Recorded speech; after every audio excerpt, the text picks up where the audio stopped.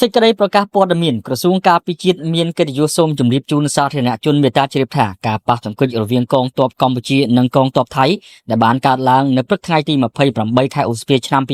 2025នៅភូមិដេជោមរកតឃុំមរកតស្រុកជាំសានខេត្តព្រះវិហារដោយកងទ័ពថៃបានធ្វើការបាញ់ប្រហារមុនមកលេនដ្ឋានដែលជាទីតាំងឈរជើងរបស់កងទ័ពកម្ពុជាជាយូរណាស់មកហើយបណ្ដាលឲ្យបាត់បង់ជីវិតកងទ័ពយើងម្នាក់ការប៉ះទង្គិចគ្នានេះមិនមែនជាជំរើសដែលកម្ពុជាចង់បាននោះទេ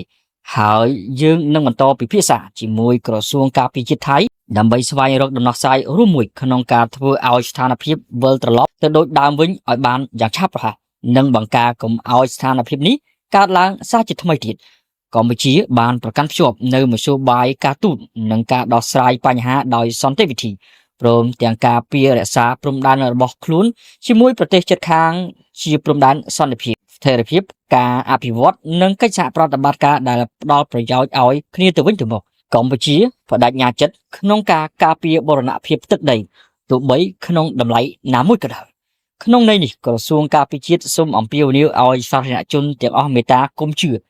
និងផ្សព្វផ្សាយនៅតាមបណ្ដាញទំនាក់ទំនងសង្គមព័ត៌មានមិនពិតដែលអាចរុញច្រានស្ថានភាពនៅតាមបណ្ដោយព្រំដែនឲ្យអស្ថិរភាពនិងអសន្តិសុខព្រមទាំងបង្កផលប៉ះពាល់ដល់ទំនាក់ទំនងរបស់កងទ័ពការប្រព្រឹត្តទៅនៃជីវភាពធម្មតារបស់ប្រជាពលរដ្ឋក៏ដូចជារបស់ប្រទេសជាតិទាំងសងខាងក្រសួងការពារជាតិក៏ស្នើសូមដល់សាធារណជនទទួលយកតែព័ត៌មានដែលមានប្រភពច្បាស់លាស់និងផ្លូវការជាពិសេសការប្រកាសព័ត៌មានរបស់ក្រសួងការពារជាតិ